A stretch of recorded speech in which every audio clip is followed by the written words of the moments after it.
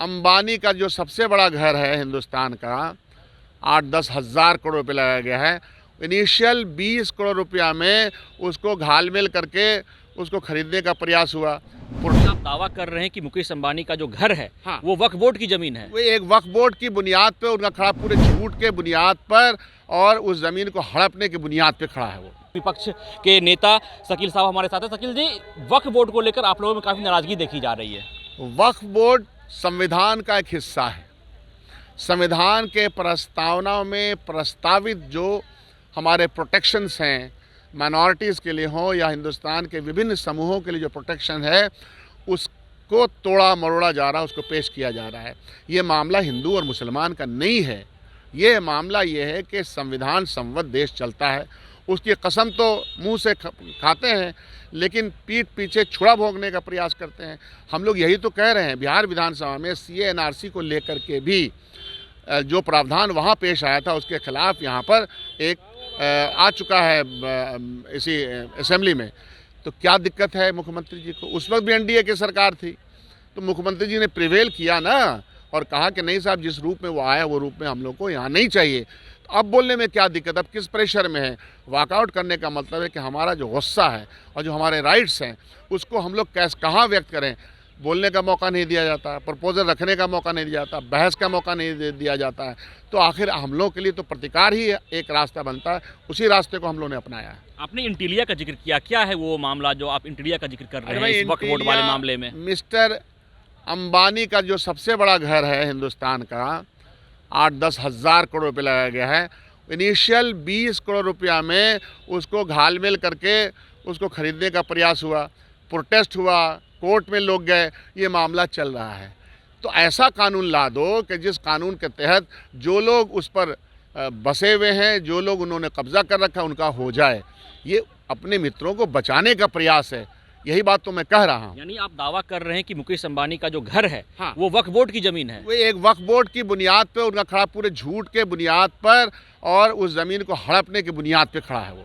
आपके सहयोगी जो दल हैं, उनके विधायक कह रहे थे कि मार्शल के दम पर सत्र चलाया जा रहा है। कहाँ तक सच्चाई है? यही तो हो रहा है ना। हम जब अपनी बात कहना चाहते हैं, क्या दिक्कत है? वाद विवाद की जगह है, सबसे बड़ी पंचायत है। वाद विवाद में हो सकता है कि आप मेरी बातों से डिसएग्री करेंगे, आपकी बातों से मैं डिसएग्री और एग्री दोनों कर सकता हूं, लेकिन डिसएग्रीमेंट और एग्रीमेंट कहां पे होगा? इसी पटल पे होगा। तो हम लोग को वो मौका नहीं दिया जा रहा है। तो किसके ज़रिए? अब चारों तरफ से लगता है कि सिपाही मार्शल आ गए हैं और एक तरह से डराने की बात की जा रही है। हम डरने वाले हैं नहीं, हम तो न्याय संबद्ध बात करना चाहते हैं, इसीलिए वॉकआउट भी किया। लेकिन वक्फ बोर्ड को लेकर अब आप लोग क्या कुछ पहल करेंगे? जो बिहार की महागठबंधन है, वो क्या कुछ आप पहल करने जा रहे हैं? डेमोक्रेसी में जनता के बीच में जा करके अपनी बात कहना और अपनी बात को न्याय संबद्ध बात को कहना, ये जिम्मेदारी हमारी बनती है, अपोजिशन की बनती है, कोई बनती है। इस मामले में तो हर हिंदुस्तानी की जिम्मेदारी बनती है कि वो संविधान के प्रस्तावना में छेड़छाड़ हो रहा है तो उसके खिलाफ खड़े हो जाए। तो देखिए, वक्फ बोर्ड को लेकर लगातार हंगामे हो रहे हैं। बिहार विधानमंडल शीतकालीन सत्र के तीसरे दिन आज भी विपक्ष वॉकआउट कर गया है और विपक्ष के द्वारा अब ये बातें कही जा रही है कि जो इंटीलिया है, जो मुकेश अंबानी का घर है, वो वक्फ बोर्ड की ज़मीन पर बनाया गया है और इसी को लेकर जो मोदी सरकार है वो नया कानून लाना चाह रही है। साफ तौर पे कांग्रेस नेता शकील अहमद का कहना है कि वक्फ बोर्ड की वो ज़मीन है जिस ज़मीन पर मुकेश अंबानी का घर खड़ा है और उस घर को सही करने के लिए ये नियम लाया जा रहा है, ये कानून लाया जा रहा है। हम लोग सब कुछ समझते हैं और अगर बिहार विधानसभा के अंदर मुख्यमंत्री नीतीश कुमार या यूं कहा जाए कि सरकार हमारी बात को नहीं सुनती है, तो हम लोग सदन से आगे निकलेंगे, सड़क तक जाएंगे, जनता के बीच जाएंगे, लेकिन इस मुद्दे को, इस मसले को यूं ही नहीं छोड़ेंगे। विश्वजीत आनंद, फर्स्ट बिहार, पटना।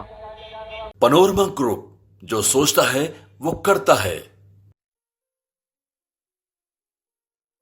ये लो, मुंह मीठा करो। आज मैंने अपना जॉब छोड़ दिया, अब हम पूर्णिया वापस जाएंगे। जॉब छोड़ दिया है? मतलब ये घर कैसे चलेगा? हम करेंगे क्या? और माँ बाबूजी क्या बोलेंगे? इसलिए मैं एक और मिठाई का डब्बा लाया। अपने बिजनेस के लिए लोन अप्रूव हो गया। अरे लोन अप्रूव हो गया वो तो ठीक है, लेकिन पूर्णिया में हम रहेंगे कहाँ? अपना घर भी तो नहीं है वहाँ।